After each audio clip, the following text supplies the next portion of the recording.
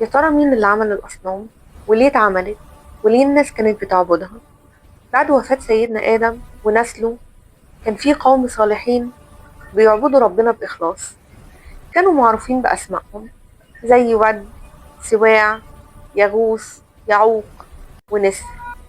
لما ماتوا الناس زعلت عليهم قوي، والشيطان استغل الموقف، جه وقال لهم ليه ما تعملوش تماثيل للناس دي علشان تفتكروهم؟ مش عبادة ولا حاجة، مجرد ذكرى. فعلا الناس عملوا التماثيل وقالوا احنا مش بنعبدهم، دول بس رموز لناس كانوا بيحبوا ربنا. مرت الأيام والجيل ده مات وجه بعده جيل جديد. الجيل الجديد شاف التماثيل وسأل مين دول؟ فقالوا لهم دول آلهة آبائنا. وهنا بدأت الحكاية، اتحولت التماثيل من مجرد ذكرى لإله بيتعبد، وبدأوا الناس يسجدوا له ويطلبوا منه الرزق والمطر.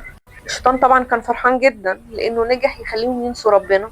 وبعدها بدأ الناس في كل بلد يعملوا أصنام خاصة بيهم وبأسماء مختلفة وأشكال مختلفة.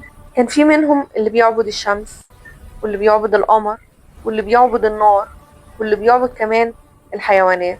ربنا سبحانه وتعالى بعت أنبياء كتير علشان يرجعوا الناس دول لعبادته، زي نوح وهود وصالح وإبراهيم عليهم السلام. لكن الشيطان كان دايما بيحاول يخليهم يرجعوا تاني لعبادة الأصنام. وكان في موقف شهير لسيدنا إبراهيم عليه السلام وهو بيكسر الأصنام علشان يثبت لقومه إن الأصنام دي لا هتضرهم ولا هتنفعهم.